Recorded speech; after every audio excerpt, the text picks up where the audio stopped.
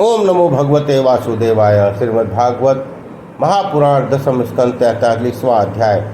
कुबलया पीड़ हाथी का वध।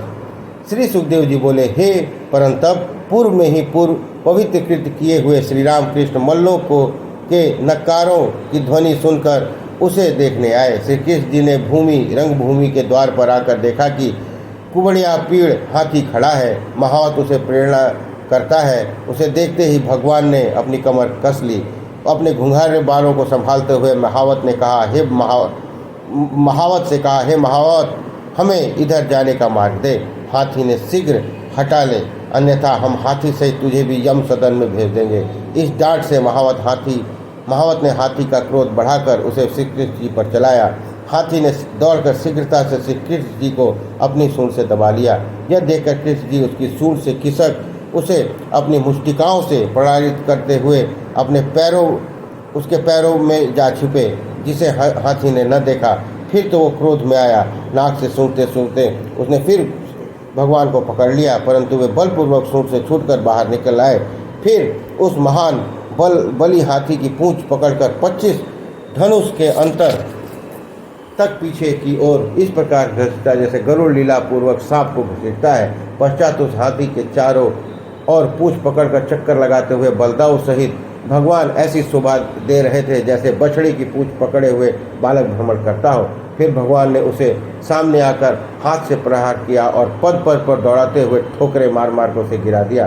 पश्चात दौड़ते हुए भगवान की लीला पूर्वक पृथ्वी पर गिर पड़े। तत्काल ही उठ खड़े हुए।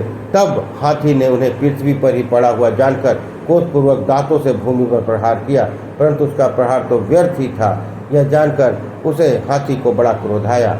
महावतों की ललकार पर वह फिर से क्रुद्ध हो कृष्ण जी पर झपटा। उसे फिर अपनी ओर आते देखकर मधुसूदन भगवान ने अपने हाथों से उसका सूंड पकड़ पृथ्वी पर पटक दिया। वह धराशायी हो गया। भगवान ने अपने सिंहवत चरण रख लीलावत करके दांत उखाड़ लिए और उसी के द्वारा उस हाथी और महावत को भी मार डाला। फिर उस मरे हुए हाथी को वहीं छोड़कर उसका दांत हाथ में पकड़े कंधे पर धरे हुए भगवान रंगभूमि में पधारे। उस समय मद के छींटे उनके शरीर पर झलक रहे थे। श्रमकण मुखार बिंद पर शोभित हो रहे थे।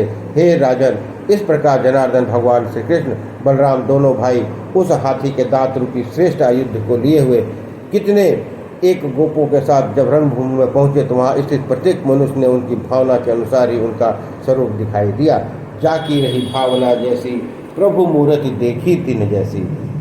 मल्लों को ब्रज रूप, मनुष्यों को उत्तम रूप, स्त्रियों को मूर्तिमान कामदेव, गोपों को स्वजन, दुष्ट राजाओं को दंड देने वाला, अपने माता पिता को बालक और कंस को मृत्यु, अज्ञानियों को रक्त लगे होने के कारण जीवित योगियों को परम तत्व, यादों पर देवता दिखाई पड़े।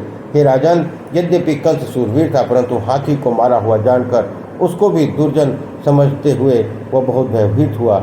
उस समय विशाल बाह, विचित्र भेष, आभूषण, माला सहित श्री राम और कृष्ण रंगभूमि में आकर उत्तम रूपधारी नट की नाई शोभा देने लगे। हे राजन, मंचों पर बैठे हुए देवदासी राजागण आनंद के वेग से प्रसन्न मुख और नेत्र होकर अपने नैनों के द्वारा उनके मुख का पान करने लगे, परंतु वे तृप्त नहीं होते थे। ऐसा जान पड़ता था मानो वे लोग नेत्रों से पी रहे हैं और जीभ से चाट रहे हो, नाक से सूंघ रहे हो और भुजाओं से मिल रहे हो, और जैसे भगवान के रूप, गुण, माधुर्य तथा प्रौढ़ता में स्मरण दिलाया हो, वैसे ही वे लोग देखने और सुनने के अनुसार आपस में कहने लगे कि ये दोनों साक्षात विष्णु भगवान नारायण के अंश हैं। अपने अंश सहित यही वासुदेव के यहाँ प्रकट हुए हैं।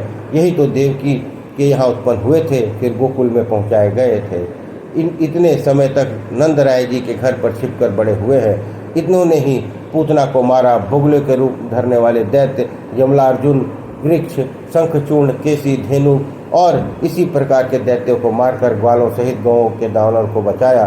कालिये नाग का मर्दन, इंद्र का मान भंग किया। इन्होंने 7 दिन तक गोवर्धन को हाथ पर रखा और वर्षा आयु बिजलियों से वज्र से बचाया। इन्होंने आनंदित हास्ययुक्त चितवन वाले मुख का दर्शन करते करते गोपियाँ आनंद के बिना श्रम के ही अनेक प्रकार के तपों से छूट गई। इनके द्वारा रक्षित यह यदुवंश विशेष प्रसिद्ध होकर लक्ष्मी, यश, बड़ाई को प्राप्त होगा। ऐसा कहा जाता है। यह कमलवत नेत्र वाले बलराम जी इनके बड़े भाई हैं, जिन्होंने प्रलंब, वत्सासुर, बकासुर आदि को मारा है। श्री सुखदेव जी कहते हैं, जब लोग इस प्रकार की आपस में बात कर रहे थे और बाजे बज रहे थे, तब उसी क्षण चाणूर नामक मल श्री राम कृष्ण को बुलाकर कहने लगा, हे नंदसूत, हे राम, तुम दोनों को वीर पुरुषों को मान्य और मल्ल युद्ध में कौशल सुनकर राजा जी ने मल्ल युद्ध देखने के लिए यहाँ बुलाया है। जो प्रजा मन वचन कर्म से राजा को प्रसन्न रखती है वही सुखी रहती है, अन्यथा उसके विपरीत फल प्राप्त होता है। गौ और बछड़ों को पालने वाले लोग वन में निरंतर आनंद करते हैं, मल्लों की क्रीड़ा करते हुए गौओं को चराया करते हैं।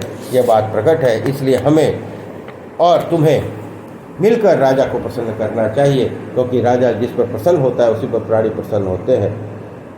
इसी प्रकार सुनकर श्री कृष्ण जी ने उसका सत्कार कर युद्ध को ही अपना अभीष्ट मानकर देश काल के अनुसार ये कहा कि तुम और हम वन में रहने वाले लोग दोनों ही राजा कंस की प्रजा है। इसे तो मैं भी जानता हूँ कि कंस राजा को प्रसन्न रखना चाहिए तथा उसकी आज्ञा को परम अनुग्रह समझना चाहिए, परंतु हम बालक हैं, इसलिए अपने समान बल वालों के साथ यह सूचित रूप से खेलेंगे, क्योंकि यदि योग्य रीति से मल्ल युद्ध किया जाता है तो मल्ल समाज वालों को अधर्म नहीं लगता। चाणूर ने कहा, तुम न तो बालक हो न किशोर हो, बलराम जी बलवानों में श्रेष्ठ हैं। इन्होंने हजारों हाथियों के समान बलधारी कुबल्या पीड़ को मार गिराया है, इसलिए तुम बलवानों के साथ युद्ध करो, इसमें कोई अधर्म नहीं है। हे कृष्ण, तुम मुझसे लड़ो और बलराम मुष्टिक से लड़े। यथा सुनी चाणूर कहे भय खाए, तुम्हारी गति जानी नहीं जाए। तुम बालक मानुष नहीं दो, किन्हे कपट बलि हों को। खेलत धनुष खंड द्वे करो, मारे तुरंत कुबलाए तारो। तुमसे लड़े हानि नहीं होई, ये बातें जाने सब कोई। इस प्रकार 43वां अध्याय संपन्न हुआ। बोलिए कृष्ण भगवान की जय।